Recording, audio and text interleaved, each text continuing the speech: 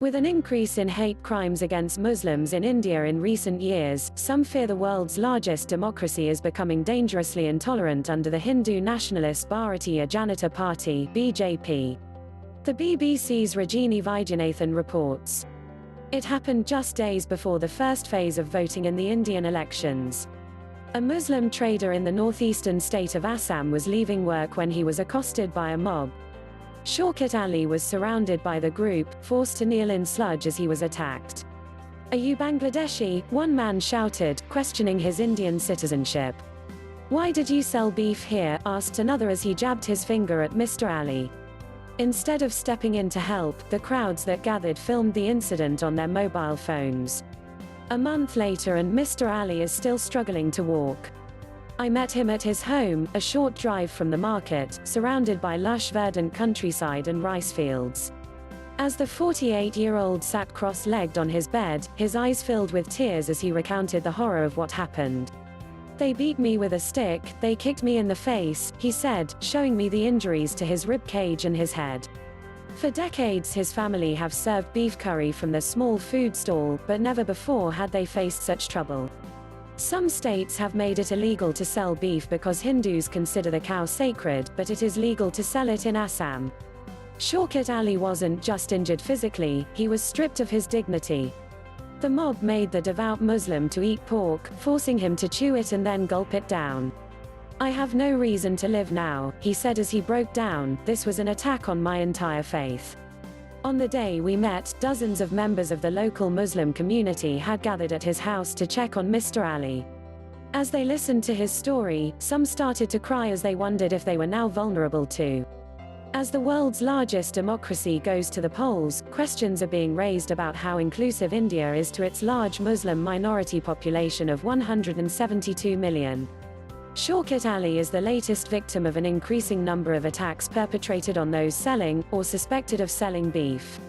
A February 2019 report from Human Rights Watch found that between May 2015 and December 2018, at least 44 people, 36 of them Muslims, were killed across 12 Indian states.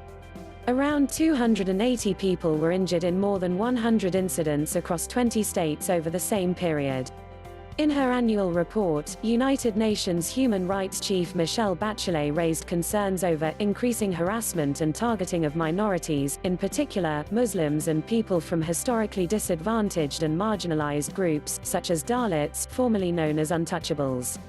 Religious violence claiming victims of all faiths has been an unwelcome mainstay of this country's history since its inception. Rakbar Khan, did cow vigilantes lynch a Muslim farmer? Is India descending into mob rule?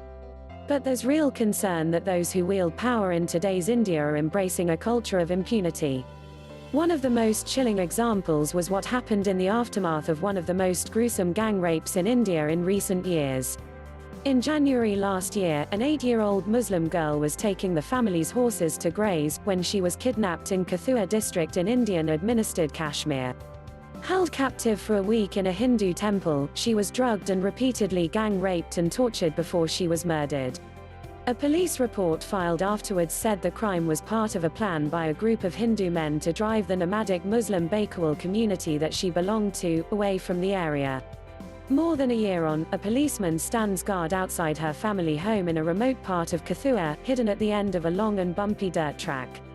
"They said this is the daughter of a Muslim, kill her and they'll get scared and run away," her father told me as he wiped tears from his eyes. Her parents refused to give up the home their little girl once lived in, but they're concerned about their safety. "We're scared to go out now as we fear for our lives," her mother said. "If we step out, people swear at us and threaten to beat us." In the aftermath of the 8-year-old girl's death, hundreds took to the streets and marched. But many of the local protests were in support of the 8 Hindu men charged with the gruesome attack, and not in solidarity with the victim and her family. 2 BJP ministers serving in the state government, Chowdhury Lal Singh and Chanda Prakash Ganga, were among those who took to the streets to support the alleged perpetrators. "This one girl has died and there is so much of investigation.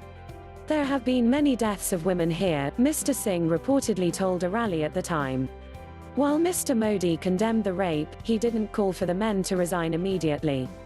It took weeks of pressure for them to step down. According to reports, the BJP's General Secretary Ram Madhav continued to defend the men. The party did not want Mr. Ganga and Mr. Singh to step down.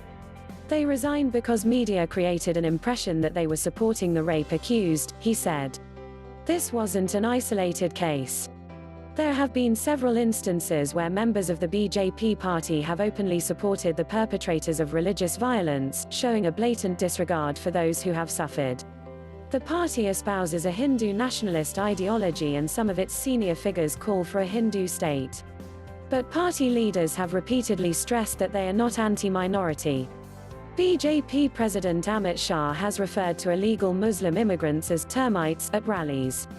A group of men accused of beating 50-year-old Muhammad Akhlaq to death with bricks in 2015 because they suspected him of killing a cow, were spotted at an election rally held by Uttar Pradesh Chief Minister Yogi Adityanath. The controversial BJP politician, who was recently ordered by India's Election Commission to suspend campaigning for a few days last month over his anti-Islam rhetoric, often shares the stage with Mr. Modi. Most recently, Jayant Sinha, the civil aviation minister who sits on Mr. Modi's cabinet, told the BBC that he had funded the legal fees for a group of men who were given the death penalty for killing a Muslim cattle trader in 2017. In an interview with BBC Hindi's Jugal Purohit, Mr. Sinha said he helped the convicts, who were BJP members, because he believed they were wrongly convicted. Leading writer and political activist Arundhati Roy, who has been a vocal critic of the BJP government, describes these sort of actions as an outsourcing of terror, arguing that vigilante groups are able to carry out such crimes because they are protected from above. It's not just the leaders that we have to look to.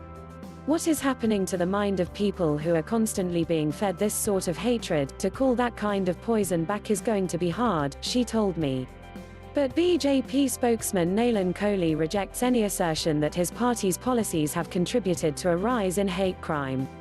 He accused the UN and human rights reports of skewing statistics to build up a narrative that does not exist. Mr. Kohli stressed that under a Modi government, the BJP has provided welfare which has led to the development of people of all faiths.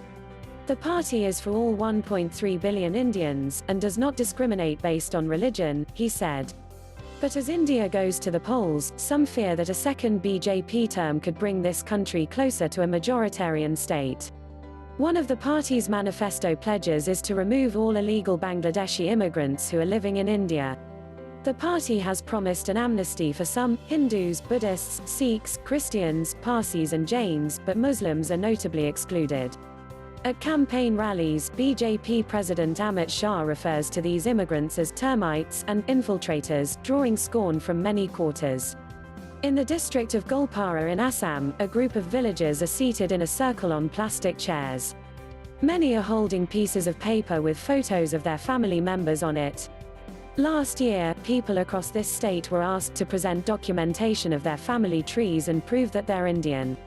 In this case, having the documentation to prove they entered Assam before the 24th of March 1971, a day before neighboring Bangladesh declared independence.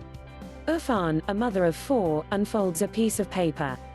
On the top is a photo of her husband who died last year, and below him are the faces of her young boys.